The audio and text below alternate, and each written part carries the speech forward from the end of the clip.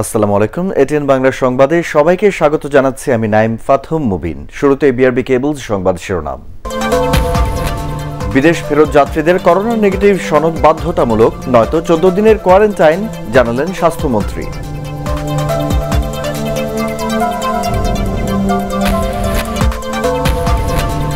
Corona ভাইরাসের দ্বিতীয় ঢেউ নিয়ে দেশবাসীকে সতর্ক করলেন প্রধানমন্ত্রী। আরও 21 জনের মৃত্যু।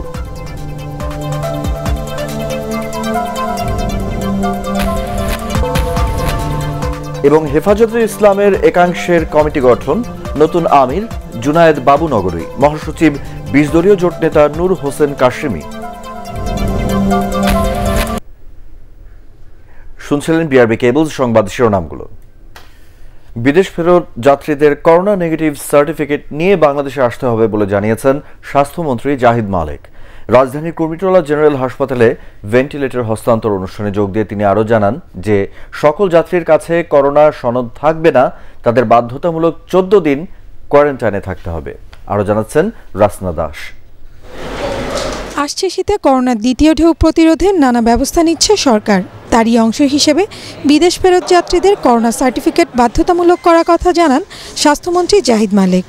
একই সাথে তিনি বলেন, খুব শীঘ্রই প্রাতিষ্ঠানিক কোয়ারেন্টাইন ক্যাম্পে করোনা টেস্টিংয়ের স্যাম্পলিং বুথের ব্যবস্থা করা হবে। আমাদের নিয়ম করা আছে সরকারের, যারা বিদেশ থেকে আসবে তারা ওই সার্টিফিকেট নিয়ে আসবে, মানে করোনা টেস্টের সার্টিফিকেট নিয়ে আসবে।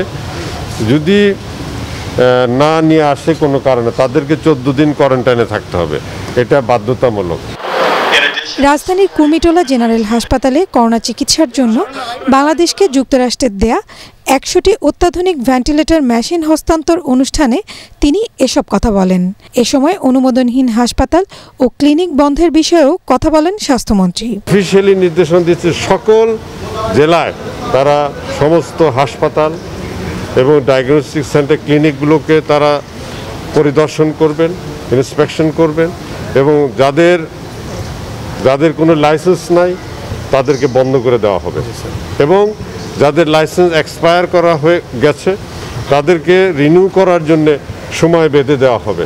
যন্ত্রপাতির কমতি থাকলে, যেখানে যন্ত্রপাতি নাই সেখানেও একটা সময় দিয়ে তাদেরকে বলবে যে তোমরা এই যন্ত্রপাতি ঘাটতি আছে, তোমাদের এই সময় দেওয়া হলো, তারপরে ওই ক্লিনিক ওই হাসপাতাল আমরা বন্ধ করে দেব। আমরা মানুষের জীবন নিয়ে ছিনিমিনি খেলতে দিব না। অনুষ্ঠানে যুক্তরাষ্ট্রের রাষ্ট্রদূত রবার্ট আলমিরার করোনা মহামারী প্রতিরোধে বাংলাদেশকে সব ধরনের সহযোগিতার প্রতিশ্রুতি দেন। US-Bangladesh cooperation to prevent, detect and respond to disease outbreaks has support at the highest levels of both our governments. অনুষ্ঠানে বক্তারা করোনা মোকাবেলায় জনগণকে স্বাস্থ্যবিধি মেনে সতর্ক থাকার পরামর্শ দেন। রাসনা দাস, এটিএন বাংলা, ঢাকা। দেশে করোনা ভাইরাসের দ্বিতীয় প্রকোপ শুরু হয়েছে বলে জানিয়েছেন প্রধানমন্ত্রী শেখ হাসিনা। করোনা থেকে বাঁচতে সবাইকে স্বাস্থ্যবিধি মেনে চলার আহ্বান জানান তিনি। কোস্টগার্ডের 7টি জাহাজ, 2টি বোট ও ভোলাঘাটের কমিশনিং করে প্রধানমন্ত্রী এসব কথা বলেন। এ সময় দেশপ্রেম ও সততার সাথে দায়িত্ব পালন করতে বাহিনীর সদস্যদের প্রতি তিনি নির্দেশ দেন। আপেল মাহমুদের রিপোর্ট।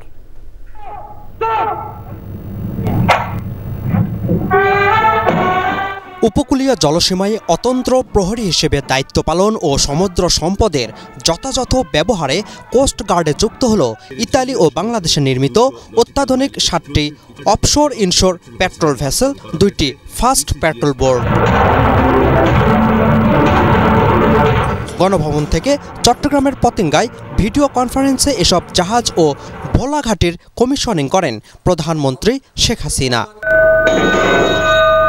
প্রধানমন্ত্রী আশা করেন চোরাচালান, মাদক, জলদস্যু দমনের পাশাপাশি জলসীমার নিরাপত্তায় নতুন জাহাজগুলো কোস্টগার্ডের সক্ষমতা বাড়াবে। আমি বিশ্বাস করি এসব জাহাজ ও ঘাঁটি কোস্টগার্ড সদস্যদের পেশাগত উৎকর্ষ, মানসিক বিকাশ ও উন্নত মনোবল অর্জনে যুগান্তকারী ভূমিকা রাখবে। কোস্টগার্ডের সকল সদস্যকে আবার আন্তরিক অভিনন্দন জানিয়ে এটা বলবো, দেশপ্রেম, সততা ও ইমানের সাথে দায়িত্ব পালন করবেন। কোস্টগার্ডের সুনাম সেটা সবসময় বজায় থাকে সেটাকে বিশেষভাবে দৃষ্টি দেবেন এবং এই বাহিনীর ধারাবাহিক অগ্রযাত্রা অব্যাহত রাখতে এবং আপনাদের সার্বিক কল্যাণে প্রয়োজনীয় সকল ধরনের সহায়তা আমাদের সরকার দিয়ে যাবে। করোনা ভাইরাসের প্রকোপ সম্পর্কে সবাইকে আবারও সতর্ক করেন সরকার প্রধান।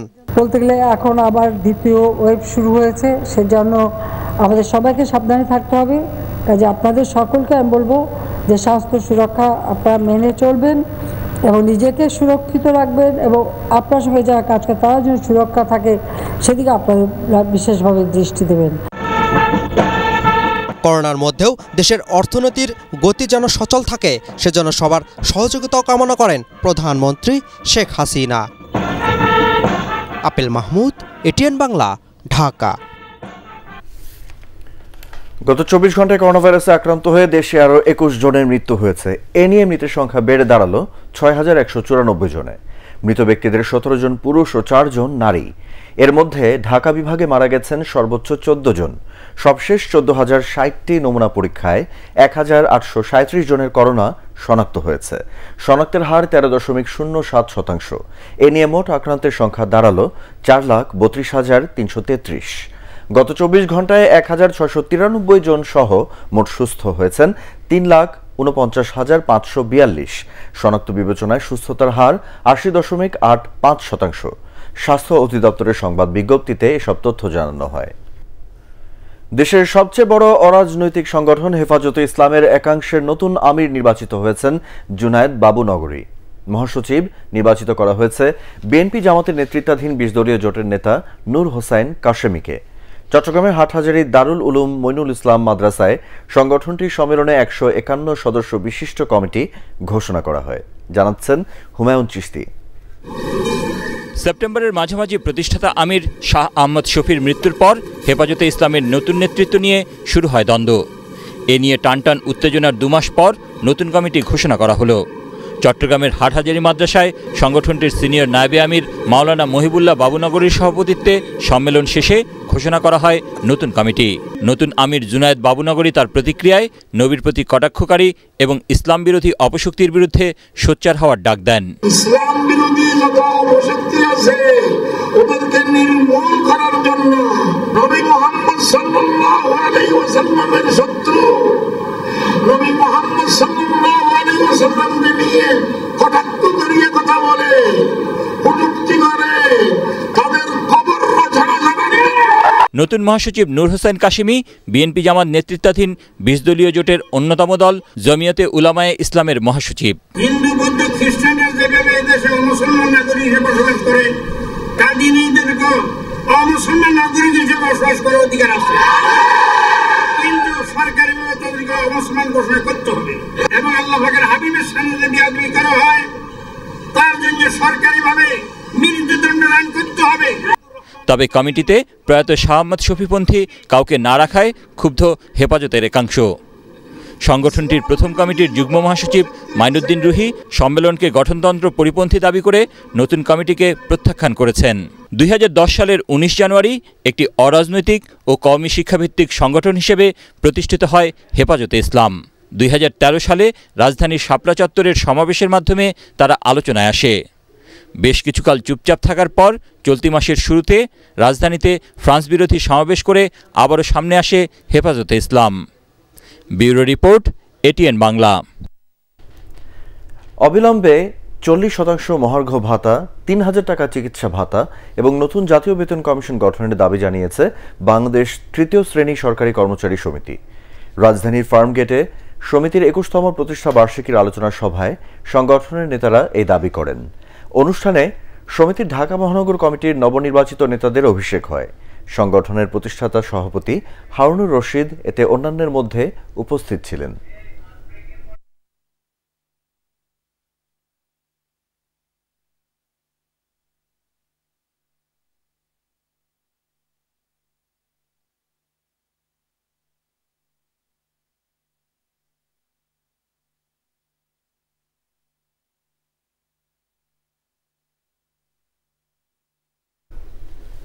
জাতীয় সংসদের দক্ষিণ প্লাজায় জাতির জনক বঙ্গবন্ধু শেখ মুজিবুর রহমানের স্মৃতি বিজড়িত প্রদর্শনীতে বঙ্গবন্ধু প্যাভিলিয়নের উদ্বোধন করেছেন প্রধানমন্ত্রী শেখ হাসিনা। বঙ্গবন্ধুর পরিবার ও তার রাজনৈতিক কর্মময় জীবনের ছবি ও ভিডিও কর্নার ঘুরে দেখেন প্রধানমন্ত্রী। এ সময় জাতীয় সংসদের স্পিকার শিরিন শারমিন চৌধুরী সহ প্রধানমন্ত্রীর কার্যালয় ও সংসদ সচিবালয়ের ঊর্ধ্বতন কর্মকর্তারা উপস্থিত ছিলেন। 15 নভেম্বরকে আনুষ্ঠানিকভাবে রেল দিবস হিসেবে ঘোষণা করার কথা জানিয়েছেন রেলমন্ত্রী নুরুল ইসলাম সুজন। রেল ভবনে আলোচনা সভায় মন্ত্রী এ ঘোষণা দেন। এ সময় রেলের হারানো গৌরব ফিরিয়ে আনার জন্য সবার সহযোগিতা চান নুরুল ইসলাম সুজন। রেল মন্ত্রণালয়ের সচিব সেলিম রেজা ও রেলের মহাপরিচালক মোহাম্মদ শামসুজ্জামান এতে অন্যান্যের মধ্যে বক্তব্য রাখেন।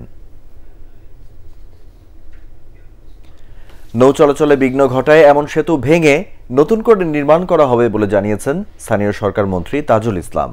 সচিবালয়ে নদী দখলমুক্ত, দূষণ রোধ এবং নাব্যতা বৃদ্ধির জন্য গঠিত মাস্টার প্ল্যান বাস্তবায়ন কমিটির সভায় তিনি একথা জানান। সভায় মাস্টার প্ল্যান বাস্তবায়নে, প্রকল্প গ্রহণ ও বাস্তবায়নে সংশ্লিষ্ট সংস্থা ও বিভাগের সাথে সমন্বয়ের তাগিদ দেন মন্ত্রী। ঢাকার চারপাশে নদীর 90% দখলমুক্ত হয়েছে উল্লেখ করে তাজুল ইসলাম জানান, করোনার কারণে এ কার্যক্রম কিছুটা কমে গেলেও তা থেমে যায়নি। ব্রিজগুলার বিষয়ে আলোচনা হয়েছে, তবে কখনো এই ব্রিজগুলার কারণে আমাদের বৃত্তাকার অর্থাৎ circular water transportation system hampered হয়েছে, এটা আমার জানা নেই। তবে ব্রিজগুলোর মধ্যে এখানে বেশ কিছু ব্রিজের ব্যাপারে আজকে আমরা আলোচনা করেছি। আমরা এগুলাকে নিয়ে আমরা ইমিডিয়েটলি বসে সেগুলোকে ভেঙে নতুন করে নির্মাণ করার কথা চিন্তা করা হচ্ছে। এবারে আল আরাফা ইসলামী ব্যাংক অর্থ সংবাদ।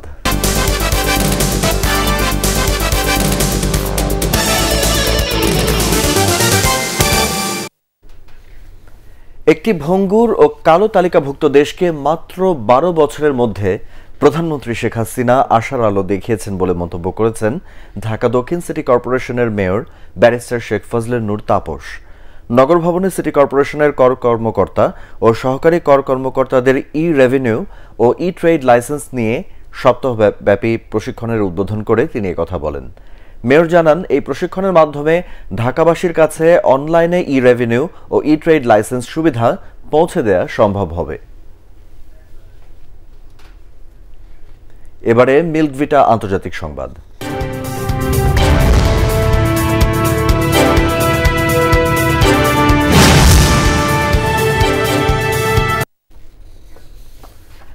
নির্বাচনে নিজের পরাজয় মানতে আবারও অস্বীকৃতি জানালেন প্রেসিডেন্ট ডোনাল্ড ট্রাম্প। যদিও টুইটারে বাইডেনকে বিজয়ী বলার কিছুক্ষণ পরই তা সংশোধন করেন তিনি। বলেন, ভুয়া খবরের চোখে বিজয়ী ডেমোক্র্যাট প্রার্থী। একই সাথে নির্বাচনী ফলাফলকে চ্যালেঞ্জ করে আইনি লড়াই চালাতে আইনজীবীদের টিম সম্প্রসারণের ঘোষণা দেন ট্রাম্প, যাকে অগ্রগতি বলে জানিয়েছেন তিনি। গত 3 নভেম্বরের নির্বাচনে ডেমোক্র্যাট প্রার্থী জো বাইডেন সর্বাধিক ইলেকটোরাল ভোটে জয়ী হলেও এখন পর্যন্ত নিজের পরাজয় মেনে নেননি প্রেসিডেন্ট ট্রাম্প।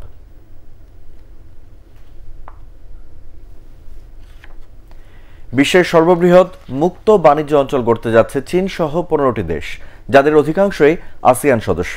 নাম দেওয়া হয়েছে রিজিওনাল কম্প্রিহেন্সিভ ইকোনমিক পার্টনারশিপ অথবা RCEP। দক্ষিণ পূর্ব এশিয়ার 10 দেশের সংস্থা আসিয়ানের শীর্ষ সম্মেলনের সাইডলাইনে এ বিষয়ে ভার্চুয়ালি চুক্তি করে সংশ্লিষ্ট দেশগুলো। আসিয়ানের বাইরে জাপান, অস্ট্রেলিয়া, নিউজিল্যান্ড ও দক্ষিণ কোরিয়াকে RCEPর অংশীদার করা হয়েছে। বলা হচ্ছে, চাইলে ভারতও যে কোনো সময় যুক্ত হতে পারে। করোনা মহামারীতে এশিয়ার অর্থনৈতিক ক্ষতি কাটিয়ে উঠতে এই চুক্তি বড় ভূমিকা রাখবে বলে ধারণা করা হচ্ছে। RCEP গঠিত হলে তা হবে বিশ্বের মোট অর্থনীতির 30% নিয়ন্ত্রণকারী অঞ্চল। এ পর্বের শুরুতেই সন্ধানী লাইফ ইন্স্যুরেন্স কোম্পানি লিমিটেড বাণিজ্য সংবাদ।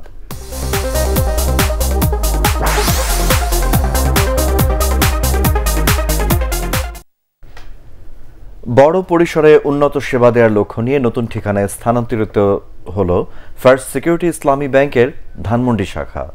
2 নম্বর রোডের ওয়াহাব পয়েন্টে এই শাখার কার্যক্রম ভিডিও কনফারেন্সের মাধ্যমে উদ্বোধন করেন ব্যাংকের ব্যবস্থাপনা পরিচালক সৈয়দ ওয়াসিক মোহাম্মদ আলী। ব্যাংকের অতিরিক্ত ব্যবস্থাপনা পরিচালক আব্দুল আজিজ ও মোস্তফা খায়ের, উপব্যবস্থাপনা পরিচালক মাসুদুর রহমান শাহ, ঢাকা দক্ষিণের আঞ্চলিক প্রধান আব্দুর রশিদ এবং ধানমন্ডি শাখার ব্যবস্থাপক MN মোস্তাফিজুর রহমান এ সময় উপস্থিত ছিলেন। এ পর্যায়ে পার্টেক্স খেলার খবর।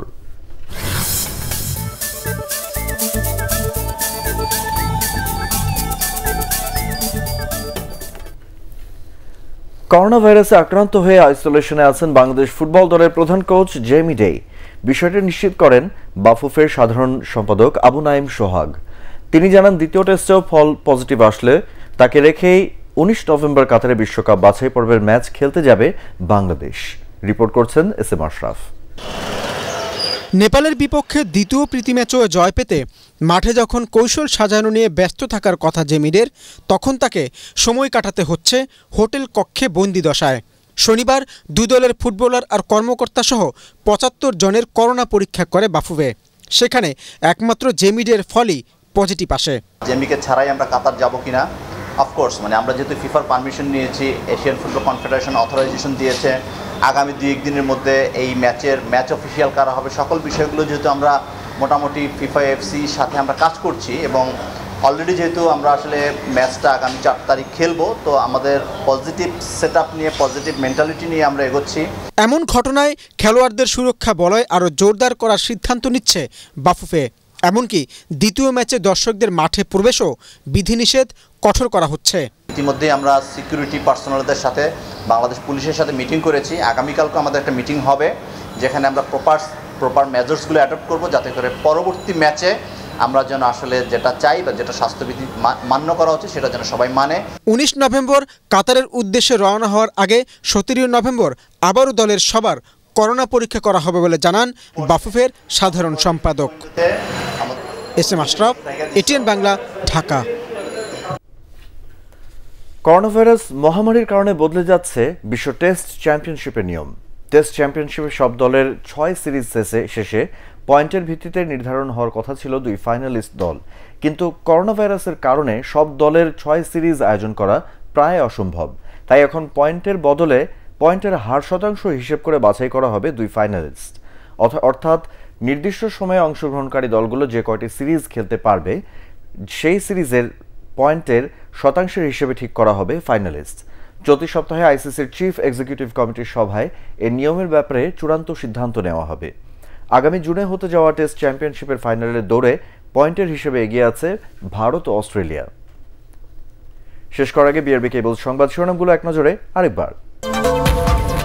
বিদেশ ফেরত যাত্রীদের করোনা নেগেটিভ সনদ বাধ্যতামূলক, নয়তো 14 দিনের কোয়ারেন্টাইন, জানালেন স্বাস্থ্যমন্ত্রী।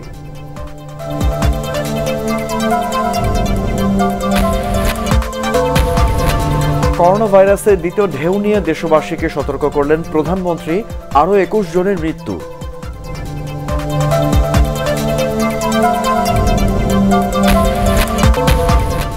এবং হেফাজতে ইসলামের একাংশের কমিটি গঠন, নতুন আমির জুনায়েদ বাবু নগরী, মহাসচিব বিরোধী জোট নেতা নূর হোসেন কাশেমি।